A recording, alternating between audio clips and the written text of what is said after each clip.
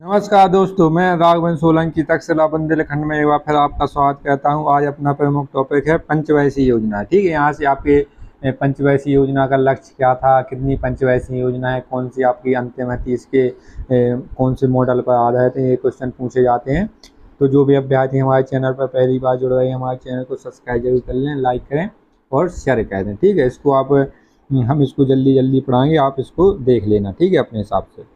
तो प्रथम पंचवैसी योजना है 1951 से 56 तक। ठीक है, इसका मुख्य उद्देश्य अर्थव्यवस्था में संतुलन विकास की प्रक्रिया करना था। ठीक है, संतुलन विकास की प्रक्रिया, यह योजना हेरोड मॉडल पर आधारित थी। ठीक है, किस पर आधारित थी? हेरोड मॉडल पर। ये डायरेक्ट क्वेश्चन पूछा जाता है यहाँ से। इसका मुख्य उद्देश्य क्या था? कृषि विकास दर था। ठीक है, कृषि प्रधान देश था उस समय जब भारत स्वतंत्र हुआ था, तो कृषि को विशेष दर्जा दिया गया था। विशेष बढ़ाने के लिए इसमें बजट पेश किया गया था। तो कृषि का मुख्य उद्देश्य बनाया गया था प्रथम पंचवैसी योजना में। यह योजना सफल रही, 3.6% की वृद्धि हासिल की थी। ठीक है, ये योजना सफल रही थी। इसके बाद अपनी दूसरी पंचवैसी योजना आती है 56 से 61 तक। इसका मुख्य उद्देश्य समाजवादी समाज की स्थापना करना। समाजवादी मतलब सब जने मिलजुल कर रहे हैं। यह योजना पीसी महालनोबिस मॉडल पर आधारित है। ठीक है, पीसी महालनोबिस उद्योग के संबंध में बारे में जानते। तो इसका मुख्य उद्देश्य क्या था? औद्योगिक विकास दर। ठीक है, अपनी कृषि प्रथम में थी, दूसरे में कहा औद्योगिक विकास करना, जिससे जो जनता की, भारत की जनता है, उसको रोजगार मिल सके। जो भारत के लोग हैं वे कंपनियों में काम कर सकें और अपना आत्मनिर्भर भारत की ओर विकास हो सके। ठीक है, उद्योग अपने घर पर ही होंगे तो विदेशों से कुछ अपन को चीज़ें कम मंगवानी पड़ेंगी। ठीक है, यह योजना भी सफल रही। इसमें 4.1% की वृद्धि दर हासिल की गई। इसके बाद आती है अपनी तीसरी पंचवैसी योजना 61 से 66। इसका मुख्य उद्देश्य अर्थव्यवस्था को आत्मनिर्भर बनाना। ठीक है, जो अपनी अर्थव्यवस्था है उसमें कृषि हो गए, आपकी औद्योगिक विकास आपकी द्वितीय में लग गई, और तीसरे में अपनी आत्मनिर्भर बनाना। तो उद्योग के हिसाब से, कृषि के हिसाब से कुछ लोग कृषि करेंगे, कुछ लोग उद्योग धंधे में जाएंगे। तो इसको आत्मनिर्भर बनाना। इस योजना को गार्डविल योजना भी कहा जाता है। ठीक है, गार्डविल योजना पर आधारित थी। इसका मुख्य उद्देश्य लक्ष्य अर्थव्यवस्था को गतिमान और आत्मनिर्भर बना। ठीक है, जो अपनी अर्थव्यवस्था है वो अपने भारत के लोगों द्वारा, भारत से रोजगार द्वारा, भारत के उद्योग द्वारा चले, लेकिन दूसरे देश की आत्मनिर्भर नहीं होना पड़े। ठीक है, रूस अमेरिका से आत्मनिर्भर में उससे कुछ लेना देना ना पड़े, तो आत्मनिर्भर बनाने की कोशिश की गई थी तीसरी पंचवैसी योजना में। लेकिन चीन से युद्ध के कारण यह योजना फेल हो गई। इस योजना की वृद्धि दर 5.6 था, लेकिन वास्तविक दर 2.4 गई। ठीक है, अपने 62 में 1962 में चीन युद्ध हुआ था, फिर 1965 में अपना पाकिस्तान से युद्ध हुआ। 2 युद्ध झेले और अकाल भी पड़ा, जिसकी वजह से ये अर्थव्यवस्था सबसे असफल अर्थव्यवस्था मानी जाती है, पंचवैसी योजना मानी जाती है। तो अपनी तीसरी पंचवैसी योजना थी। ठीक है, इसके बाद अपनी जो तीसरी पंचवैसी योजना असफल हो गई, तो उसके बाद वार्षिक योजनाएं लाई गई। ठीक है, ये 5-5 वर्ष के लिए योजनाएं लाई गई थी, लेकिन 5 वर्ष के लिए बजट नहीं था सरकार के पास, तो इसमें योजना अवकाश किया गया। 1966 से 1969 तक इसमें योजना अवकाश माना जाता है, और इसमें हर एक साल के लिए योजना बनाई गई। ठीक है, 3 वर्ष की योजनाएं चलाई गई। ठीक है, इसमें अवकाश प्रति वर्ष, हर वर्ष इसमें बजट पेश किया जाता था योजनाओं के लिए। और यह योजना हॉलिडे अर्थ का अर्थ है छुट्टी पर योजना। ठीक है, वार्षिक योजना और छुट्टी के रूप में संवर्धित किया जाता है। 1967, 66, 68, 69, ये 3 वर्ष आपकी अवकाश के माने जाते हैं इसमें आपके।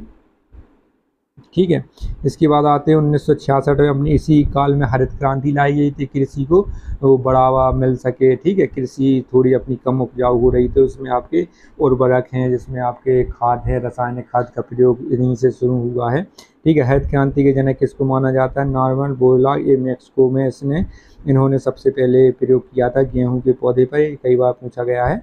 तो ये आपके विश्व के प्रथम के हरित क्रांति के जन्म थे, और भारत में हरित क्रांति के जनक डॉक्टर एम.एस. स्वामीनाथन को माना जाता है। इसमें आप लोगों को कन्फ्यूज नहीं होना है।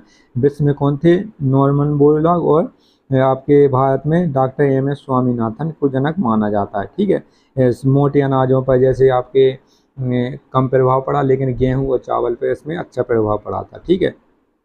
चतुर्थ पंचवर्षीय योजना 1969 से 1974, इसका मुख्य उद्देश्य स्थायित्व के साथ विकास और आर्थिक आत्मनिर्भरता बनाना था। इस योजना के द्वारा 1971 के चुनाव में इंदिरा गांधी द्वारा गरीबी हटाओ का नारा दिया गया। ठीक है। डायरेक्ट क्वेश्चन पूछा जाता है, गरीबी हटाओ का नारा क्या कब दिया गया? तो 1971 के चुनाव में गरीबी हटाओ का नारा दिया गया। इसमें गरीबों के लिए अनाज सरकार की तरफ से जो अपना कंट्रोल होता है या कोटा आपको मिलता है, तो वो इसी की समय शुरू किया था इन्हीं की सरकार ने।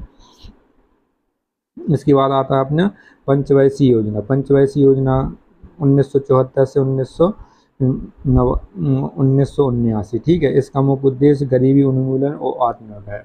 गरीबी उन्मूलन मतलब गरीबी को दूर करना और आत्मनिर्भर बनना। ठीक है। आत्मनिर्भर मतलब कोई गरीब दूसरों पर आधारित ना रहे या किसी दूसरे के मुंह की तरफ ना देखना पड़े, तो मतलब आत्मनिर्भर करना, या कोई ना कोई व्यक्ति कुछ ना कुछ कहता रहे।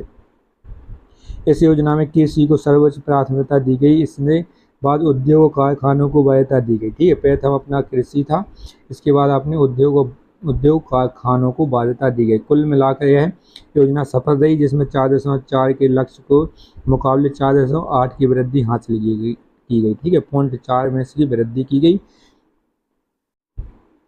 तो इसके बाद ये अपनी पंचवर्षीय योजना डीवी धर के ने तैयार की गई थी, लेकिन इसको मोरारजी देसाई सरकार ने इस योजना को समय से पहले 1979 में इसको समाप्त होना था, लेकिन एक वर्ष पहले 1978 में इसको समाप्त कर दिया गया। और रोलिंग प्लान, ठीक है, अनवरत योजना भी कहा जाता है।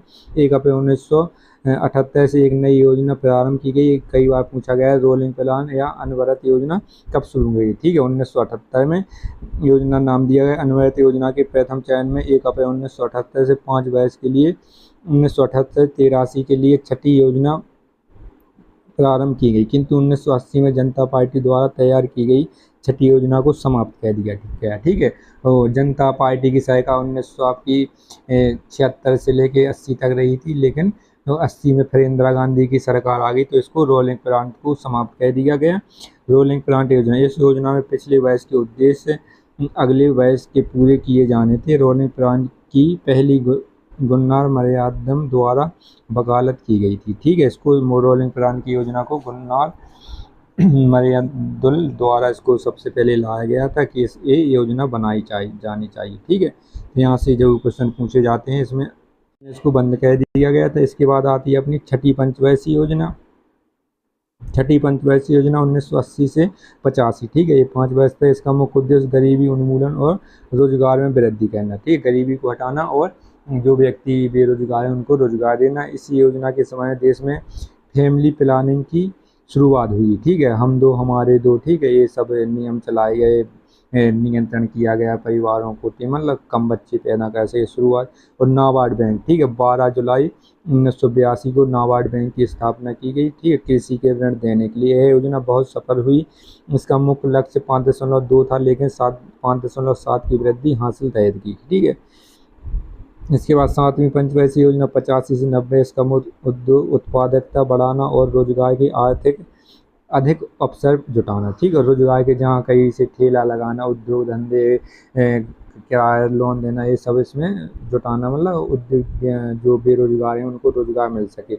1991 में आर्थिक सुधार इकोनॉमिक, ठीक है, जो अपना यहाँ पर वित्तीय आपातकाल लगने वाला था, बहुत ही नीचे पहुँच चुका था भारत, तो यहाँ पर आपके 1980 में इसकी अर्थव्यवस्था गड़बड़ा गई। तो इसमें 1951 से 1992 तक इसमें 2 साल के लिए अवकाश माना गया। ठीक है।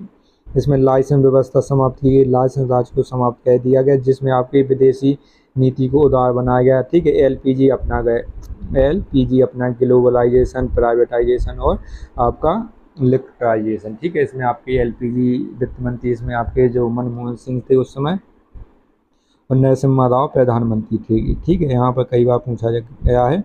तो यहाँ से आपका इसका फेरा का फेमा में बदल दिया। इसका नाम फेरा पहले था, इसका नाम फेमा कर दिया गया 1969 में। इसके बाद अपनी आती है 8वीं पंचवर्षीय योजना। ठीक है। इसके मुख्य लक्ष्य याद रखना क्या थे। 8वीं पंचवर्षीय योजना 1992 से 57 तक रखी। ठीक है।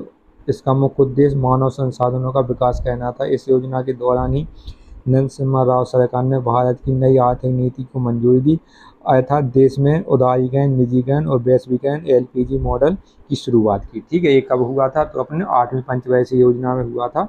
इसमें कार्य 1991 में चालू हो गया था, लेकिन इसको 1992-93 में इसको लागू किया गया था। ठीक है, 9वीं पंचवर्षीय योजना इसका मुख्य उद्देश्य न्यायपूर्ण वितरण और समानता के साथ विकास करना। ठीक है, न्यायपूर्ण अपना वितरण करना और समानता के साथ विकास करना था। इसके बाद अपनी 10वीं पंचवर्षीय योजना का मुख्य लक्ष्य 2002 से 2007 तक इसका मुख्य उद्देश्य था गरीबी और बेरोजगारी को समाप्त करके प्रति व्यक्ति आय दुगनी करना। ठीक है, जो जैसे किसी को 100 रुपये मिल रहे तो उसको 200 रुपये मिलने लगे, ये आय दुगनी करना था इसका मुख्य लक्ष्य।